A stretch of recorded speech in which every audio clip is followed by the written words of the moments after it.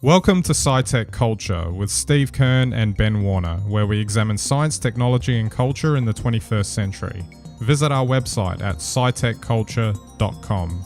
Hello and welcome to SciTech Culture. My name is Ben Warner and I'm joined once again by my good friend and colleague Steve Kern. How are we today, Steve? Are you ready to get a bit more existential today compared to some of our recent topics? Yeah, well, the temperatures we've got outside today. It's as good a day as any, right? As good a day as any to look at the past and have a think about the future. Absolutely. So thought we'd go in a different direction this week because I'd been the topic came across my path recently, and although I've thought about it off and on over the years, this idea of past advanced civilization. So this isn't just the idea of an older culture or an older civilization that was human, for instance. Because we do, I guess when you think of an advanced civilization historically, you would think of things like Egypt, Rome, whatever. But these are human civilizations that left behind tangible evidence that still exists, you know, that we can pore over, we can study, and we have something, I don't know if you could say it's concrete 100%, but at least we know a fair amount effectively from studying those things.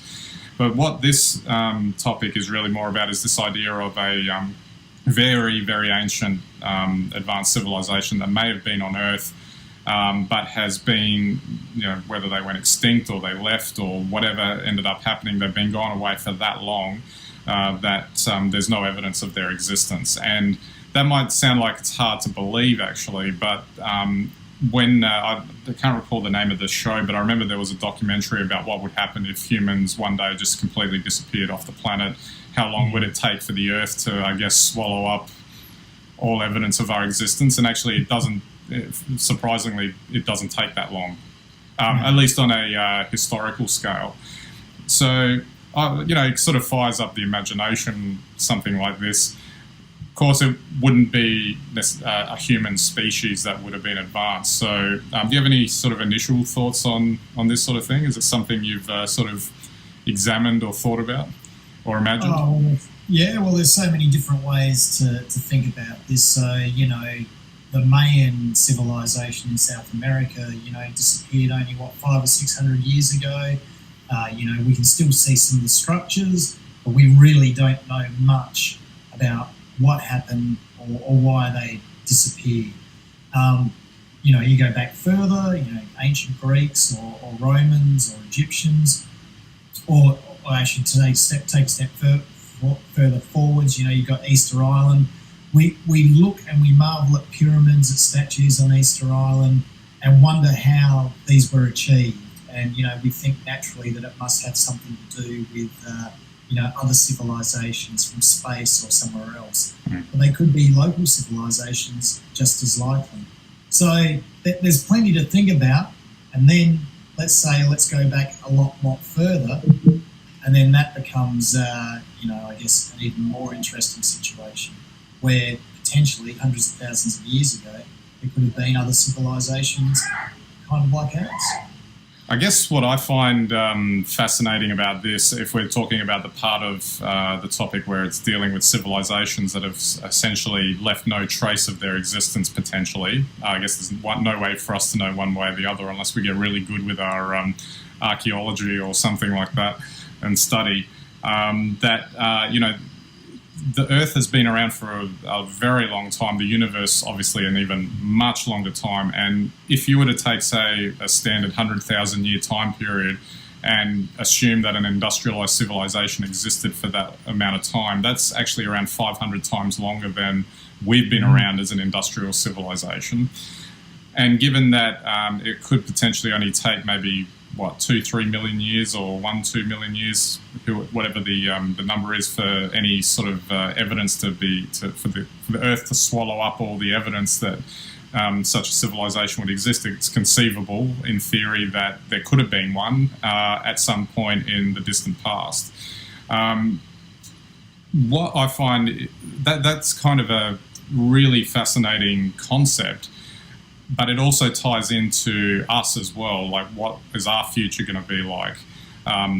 Will we, you know, what would happen if we continue on? Would we leave, or would we change the planet enough that it would sort of turn on us in the end, which is, I guess, the climate change debate. And that studying such a topic is really the only real place to find answers, in absence of better, technological tools to find the evidence, for instance, is that, we would point to our future and what would happen to us. And that comes back to that question, that thing I said before about the TV show that showed what would happen if humans disappeared, is that it generates a genuine question around not only what happens to us, what happened to potentially another civilization and all that sort of thing. And it also puts you into perspective around what civilization is and what we are in this grand scheme of things. What I also find fascinating in all of that, though, is this idea that, I guess that's a nice idea, is that if civilization didn't just happen once, like with us, for instance, the idea being that the universe is going down a path of creating these things, us, them, whatever it is, that become self-conscious, self-aware, and it's a way for the universe to start understanding itself in a way. Like, that's another, perhaps purpose for us being here. What do you think about that sort of thing, that, these types of civilization questions? And I guess it can be, maybe it's only us, or maybe there's thousands and millions of civilizations out there, that we're in effect, giving the universe an ability to understand itself. Yeah, well, I think there's a couple of things that will always be beyond the scope of humans, at least in the short term, and that's coping with the scale of time that in biological, or I guess in universal systems, they're just so huge, we have no comprehension. I mean, we can certainly do the math and work out the numbers, but the time scales, and to think, 200 million human lifetimes, is a long time. So our comprehension of that is probably never going to quite get there. And likewise, the very nature of the universe in which we inhabit. So it's true to say that we can observe the universe. In fact, we are basically just atoms, which is the matter that was created at the start of the universe, able to replicate, like we're chemicals that can replicate chemicals that give rise to sentient beings. I mean, just to even understand that or truly appreciate that is as difficult, I think, as the question of time. So to put it in a nutshell, the universe has probably changed greatly since its inception. We can only see what we can see, and we can only measure what we can measure. And I think in that context, we can only understand what we can see and measure, or observe and measure, I should say. So I think that's a long way of saying that I think we're only seeing part of the picture. Oh, no doubt. If we take the red pill for a minute and go down the matrix rabbit hole, there's also the idea that if the universe didn't create beings like ourselves, I guess this is more a philosophical way of looking at it. It could be argued, I guess, that the universe doesn't exist if it's not aware of itself. That kind of sort of existential question.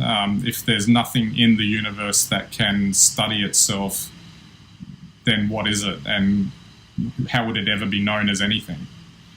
Well, yeah, and I guess the flip side of that is to go to the other extreme. So if we assume then that somehow the mere chemistry or assembly of atoms is somehow intelligent, and we're part of an intelligent system, and the universe was intelligent, I refrain from using the word artificial, although calling it an artificially intelligent system is good from an analogy point of view. Then, of course, maybe it would assemble creatures that could see and understand, potentially understand better than the universe itself, or have another perspective on experience of the universe, which then, of course, then takes us back down the route, I guess, towards God and, faith and all sorts of things there as well. in a roundabout way, because if that is possible, then there is a meaning that could be interpreted in the universe, and that probably over the last 200 years through atheism has been something that has been a question that hasn't been able to be answered. So either way, it's quite profound. Oh, absolutely. I've always thought, and I think we've mentioned too on quite a few occasions in the past, that there's just so much that we don't know, that you can make specific statements based on evidence gathered, etc., scientifically about certain specific things, but trying to come up with a all-encompassing picture that really puts it beyond all doubt on every level is just way beyond anything that we've ever gotten to, and which kind of makes the suggestion that if there's other civilizations out there and they've gotten more advanced and maybe they know a little bit more about what's going on or whatever, but it would seem to me that given the scales that we're looking at, if there are other beings like ourselves either in the past or out there right now, that it would even be difficult for them given, I guess, the scale of what we are. Well, I guess, what underpins these two stories, once again, is just an analogy of human experience, which is probably 15 or 20 years ago, we thought there was no hope of life in our own solar system. That was the prevailing view. Oh, it's too harsh out there, too tough, there's no water, etc., etc., etc. And now, we believe that there could be life in all sorts of places within our solar system. And if you see that changes perspective, that's just through knowing a little bit more or having a different perspective on our own solar system, which has been provided by, the space exploration missions. So, this idea of past or ancient civilizations, or whether or not we can ever know the universe today, the same question might be different in the future, because it was definitely different in the past. So maybe it's something that keeps changing just like the universe. That's something, I think, just finally, that's one last thing that can be a bit mind-bending from our human perspective, is that we always are looking for like a very good definitive answer, something that makes sense, something that's logical, etc., etc. But the universe is a bit of a weird place, actually, when you have a look at the mechanics of how it works. And it may just be, like you said, that there isn't, well, at least maybe the answer doesn't fit a logic that we may be able to comprehend at this point in time. Well, that's right. And look, if you actually look at the history that we know of the universe, which goes back to 10 to the minus 32 of a second, slightly after the Big Bang, the universe has changed a number of times. At one stage, when all the stars were new and fresh, the heavier elements that make the Earth didn't exist. So at some point, there probably weren't planets. So, and we're parts of exploded stars. So the universe has changed. It has changed in a number of ways.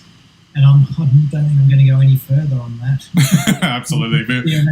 I think you need a theoretical physicist or astrobiologist really to talk more about that. Well, it's the type of topic you could talk for hours on, really. We've only got a brief period, and I think we sort of touched it a little bit. So I think we did reasonably well, I think, all things considered. But encourage everyone to sort of look these sort of topics up. There's a lot of good stuff out there to read about this sort of stuff, advanced civilizations, but even just the idea of the nature of the universe and how we fit into it and all that sort of things. A lot of good thinking, I guess, around or different perspectives on different things that I guess would blow your mind in terms of maybe you may not necessarily agree with it in the end, or you might not find it to your liking, but it'll definitely give you a perspective and think about things differently.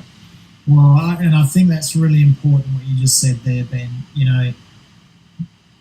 People sometimes feel when they hear these things, that's just ridiculous. Or they go to the other extreme and goes, yeah, there's a conspiracy there, we got visited by aliens.